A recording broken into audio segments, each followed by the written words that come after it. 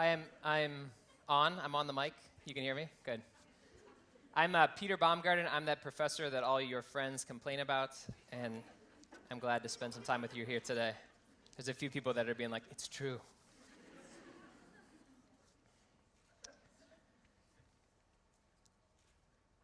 I have a confession. I only cry in TV shows. I remember the exact moment I realized it. My friend Sam and I were sharing pints at this little Irish pub in my hometown. It's like a real Irish pub, except that because it's in a Chicago suburb, you basically walk out and you're in front of a Banana Republic with yoga moms drinking Starbucks. Sam and I are both TV addicts, so we got to talking about some of our favorite shows and the emotions they pull out. Crying in a TV show, Friday Night Lights, check. Newsroom, check. Parenthood, exactly. Double check. So I only cry in TV shows. A few years back, I was sitting with in my friend Aaron and Betsy's kitchen, who I think are somewhere out in the front. And it was the spring of 2011. I had been dating this girl, Steph, off and on for a few years. And it was one of those off and on relationships that in and of itself could have been about 3.5 Failure Lab stories. Let's hope this video doesn't go live.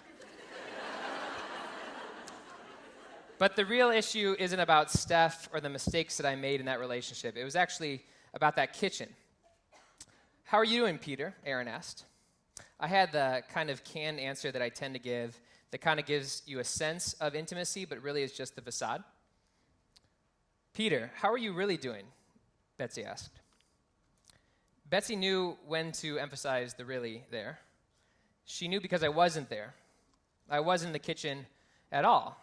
It was Professor Peter who graced their presence. I was philosophizing. I was talking about relationships in general, the importance of intimacy, the challenge of feedback, the hypothetical struggle to find an ideal match in some article that I just read in the New York Times about technology and how it's changing everything. Aaron and Betsy probably realized I wasn't there because of that call that I made to Aaron a few years back about the same Steph. I told you 3 different failure labs built into that one. I was in grad school, so I called him from St. Louis on my BlackBerry phone. Yes, those did exist at the time, in my old 1999 gray Honda Accord.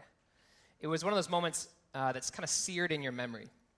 From the exact location of the street, to the smell of the car, less than fresh, to the salt of the tears, and the shame of letting them show. Steph was living in Argentina at the time, and she just called it off.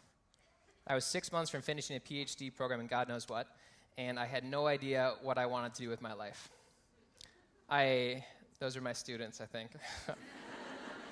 I knew I wanted to be successful, in quotes, but not for anyone in particular, kind of this abstract success. White picket fence, a car that starts with an increasing amount of regularity, more so than my Accord, maybe jealous whispers at a high school reunion, and a person by my side who believed those fictions to be true.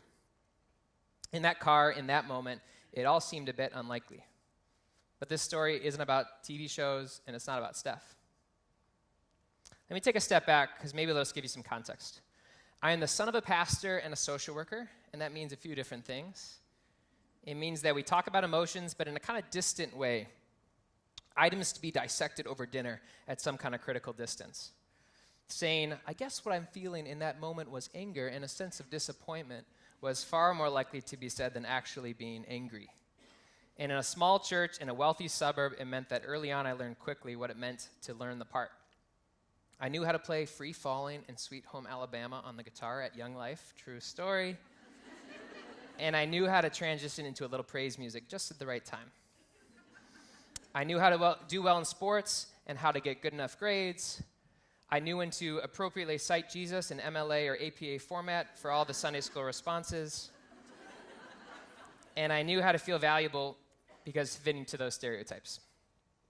To be honest, the real story of failure here should be about that senior year photo when I was 17, some upper left earring, true story, a dyed set of blonde tips, that was in, sitting on some kind of old fake bridge in a photo studio playing an acoustic guitar, all the while smiling with my teeth covered, because of a senior decision to get braces to fill in the Madonna-like gap that was not nearly as cool as Madonna's gap.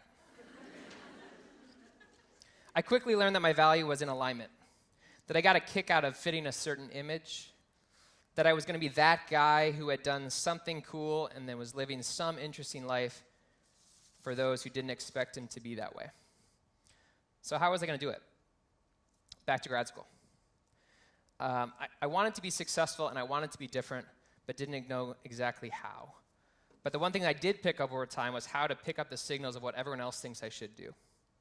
In a span of about 5 years, I had moved from the know-nothing first-year grad student to sucking down the Kool-Aid hard with a fire hose. And I knew what it finally meant to quote-unquote make it. And I couldn't drop that idea that I really wanted to do something interesting, something to say that I had arrived. So I finally found it. Surprise, surprise, it was another one of those things that probably 90% of you have no idea what I'm talking about, but seemed like a really big deal to me. I was going to be a McKinsey & Company consultant. The creme de la creme, the suited New York empire armed with golden PowerPoints and bearing swords of strategic planning and advice. I know, glamorous. I remember getting the first call when they got my resume, same BlackBerry phone, and then the call back when I made it through the first test and the next round. As I ready for the final interview, I flew to Chicago for the night and ate way too much Giordano's pizza with a couple of friends. And I remember sitting there and I could feel their affirmation, and I sensed that they were impressed. The next morning, I headed to the office for the final interview. I sat into the lobby, and to the left was a chemistry PhD from University of Chicago, and to the right, a Harvard MD. And my competitive side, honed from years of swimming, whispered in my ear that these slumps weren't going to beat me at all. I was here, and I had arrived, and I was ready to go. I hopped into the first day of the interview, and I thought I did okay. It was a pharmaceutical case, something about how to organize your R&D channel to drive productivity. The second case was about a nonprofit and how to drive their giving more efficiently. I thought I did okay at that one as well. Maybe not quite as good as the first, but they had to see my potential. And by the third, I could hear myself rattling off BS in all of my answers. I guess I shouldn't have been surprised by the email that next week. We received a number of qualified candidates, ... But I didn't want to read it. The thing that I realized a few years later is I didn't even really prepare for those interviews, at least not enough. But it wasn't because I was overconfident that I was going to get it. It was because deep down inside, I wanted to prepare myself for the moment when that University of Chicago chemist got the offer, and I got the same letter of rejection, and I could tell myself, well, if I had really prepared, then I would have gotten it. They had only seen the full Peter. I just didn't try as hard. It was safe that way. But this failure isn't about Steph, and it's not about McKinsey & Company, and it's not even about embarrassing senior photos. It's kind of about embarrassing senior photos. So what is it? I think I know what you're thinking. Where's the failure? Where's the divorce? Where's the failed business startup? Where's the descent into alcohol? But that's not me, because I know how to play the part, blonde tips and all. You see, my failure is about any time I have a real opportunity for emotional vulnerability, I work really hard to pull back because I don't want to be caught in that same 1999 Honda Accord, either metaphorically or in real life. I don't want to be stuck in that kitchen blabbering about how out of control I was and how I didn't feel that I had any value. And when I have a chance to try something really risky in business or really push myself out there creatively, how I circumvent failure time and time again. Tell myself this story about how, it probably would have worked out if, I guess if I really wanted it. All the while sitting on the sideline. Because you know what my real failure is? It's not about Steph. It's not about McKinsey or any number of similar stories.